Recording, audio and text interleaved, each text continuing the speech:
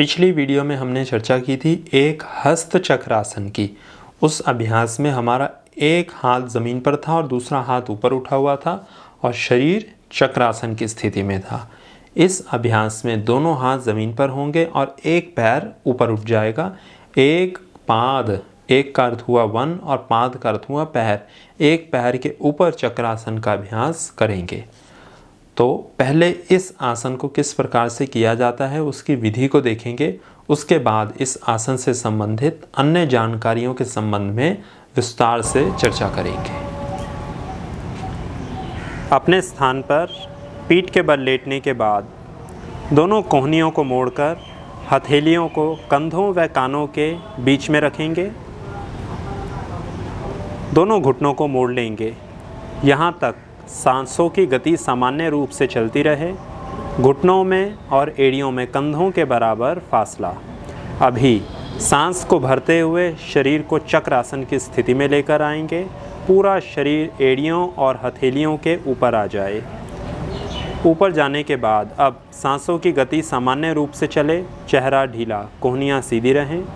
और अभी अपने एक पैर को ज़मीन से ऊपर उठा देंगे, घुटने को सीधा रखते हुए, और इस स्थिति में शरीर को कुछ समय तक स्थिर करके रखेंगे।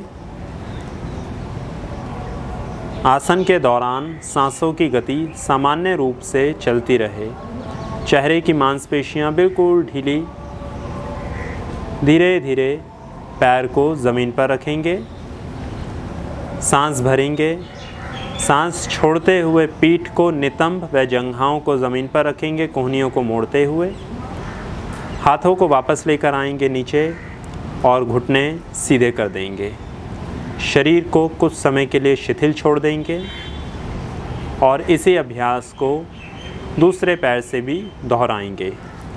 इस आसन के अभ्यास से तुरंत पहले चक्रासन का अभ्यास करें और इस आसन को कर लेने के बाद में पवन मुक्तासन, शशांक आसन या पाद हस्तासन का अभ्यास करें।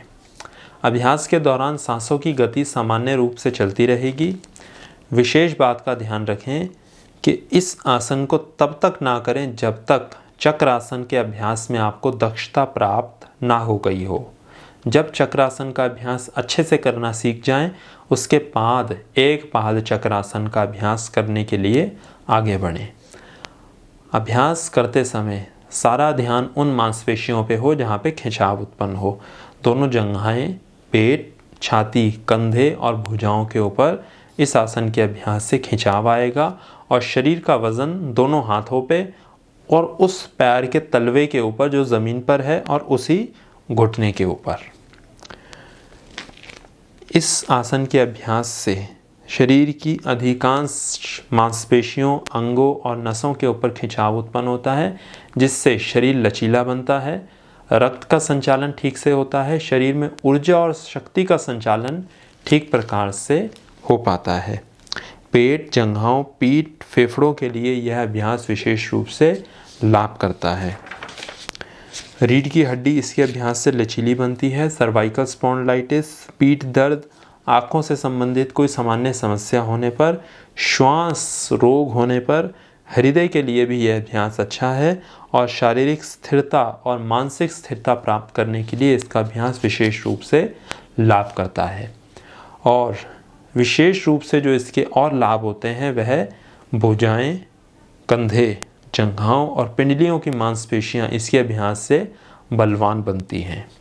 सावधानियों के रूप में कुछ बातों को ध्यान में रखेंगे अभ्यास करते हुए। पेट, पीठ, हृदय से संबंधित कोई गंभीर रोग होने पर इसका अभ्यास नहीं करेंगे। शारीरिक कमजोरी होने पर, चक्कर आने पर भी इसका अभ्यास नहीं करेंगे और गर्भ अवस्था के दौरान इसका अभ्यास ना करें।